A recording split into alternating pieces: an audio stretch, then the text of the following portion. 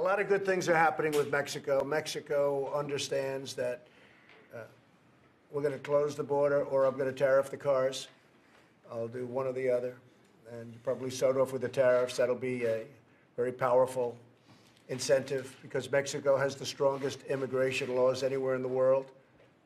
They don't have courts like we do. We have a stupid system of courts. It's the craziest thing in the world. We could be the only country that has it. You put a foot on the property. You put a foot into the United States. Congratulations. Go get Perry Mason to represent you. You end up with a court case.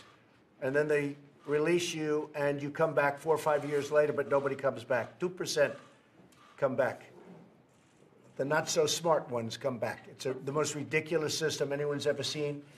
And we have catch and release, and we have chain migration where somebody comes in and brings the whole family, bring them all, your grandparents, your brothers, your sisters, your cousins. The craziest thing I've ever seen, put in by Democrats. And the Democrats are going to straighten it out. And if they don't straighten it out, and I predicted this, I mean, I hate to see it, but at least I can say I was right. I told everybody, you have a national emergency at our border. And nobody even talks about drugs, the drugs that are flowing in. So for the last 4 days, and you actually have covered it to a very minor extent, Mexico has been capturing people and bringing them back to their countries at their southern border. They've been taking people under their very powerful laws. They have the right to do it, and they're bringing them back to where they came from. That's been about 3 days now, I guess, frankly, since they heard I was going to close the border. But before I close the border, if Mexico, and we love Mexico, we love the country of Mexico, we have 2 problems. We have the fact that they allow people to pour in to our country. We have to stop them. Border Patrol's been incredible. ICE has been incredible. Law enforcement's been incredible. And the other problem is drugs. Massive amounts of, much of the drugs coming into our country come through the southern border in all different ways. Much of it where we don't have walls. The wall is under construction, by the way, large sections. We're going to be meeting, I think, on Friday at a piece of the wall that we've completed, a big piece. A lot of it's being built right now. A lot of it's being signed up right now by different contractors. It's moving along very nicely. But we need the wall.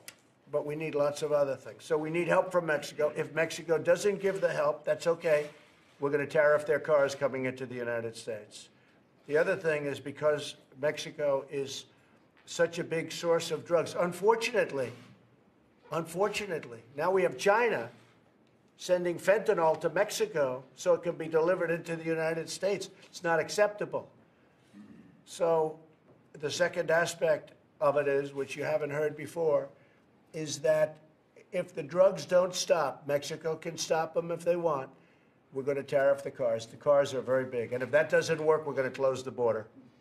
But I think that'll work. That's massive numbers of dollars. So if we don't see people apprehended and brought back to their countries, if we see these massive caravans coming up to our country right through Mexico, coming right through Mexico like nothing. Buses are even given to them. For the last 3 days, it hasn't happened since I said we're closing the border. The only thing, frankly, better but less drastic than closing the border is to tariff the cars coming in. And I will do it, just like you know I will do it. I don't play games. I'll do it. So we're doing it to stop people. We're going to give them a 1-year warning.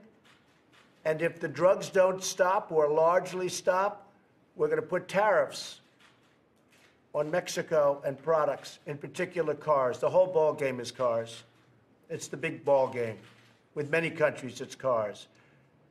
And if that doesn't stop the drugs, we close the border. Because Mexico last year, and for many years, just like China, except China numbers are even bigger.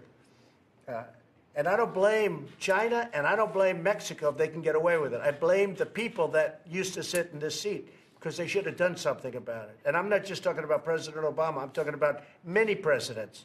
They should have done something about it. So if Mexico doesn't do what they can do very easily, apprehend these people coming in, and they can do it in a much more humane fashion.